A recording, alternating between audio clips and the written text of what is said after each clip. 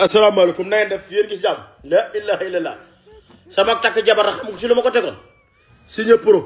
moo taxoon ma waroon a takk jabar comme yàlla dogal na nag fi mu toll nii sëriñ ba joxe na ndigal tànk yu weng ak tànk yu damm ak yëpp ci am insha allahu rabbi dinaa am jabar bu ànd dogalu suñu borom. ba tax na aujourd'hui la maintenant képp ku may waxati lëx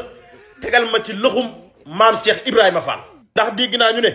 xalifa Baye Fall yi muy sa am di xaddi Fall nee na képp koo xam ne nii aju nga ci ñoom Baye Fall yi nga di Baye Fall wala nga di Yaay Fall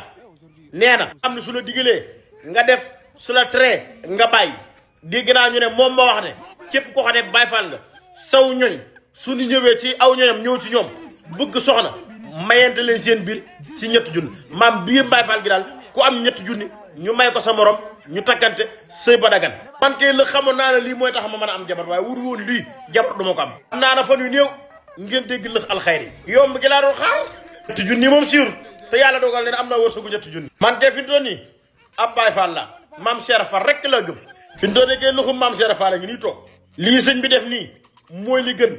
jigéen ñi dem leen sëy tabaay seen caaxaan yi ñetti junni góor lu ñàkk wërsëg am na ko takkante amul njaboot yokku xeetu Seydina Muhammad sallallahu taala alayhi wa sallam man moom la fi ma takkoon sama am jabar mooy bu yàlla dogale ma signé pro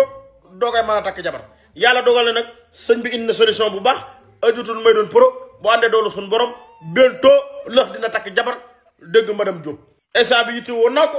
te bëgg naa ko kon daal képp koo xam ne gis nga vidéo bii maa lay ñaan nga samal ma ko partagel ma ko commentaire nag leen dong laa ci bëgg jërëjëf sëriñ Amdi Khady Fall yàlla na yàlla guddal ay fanam te wéral ay cëram barke Mouhamed lii daal laay ñaan ngeen bindal ma ko ci commentaire yi jërëjëf Fall yaram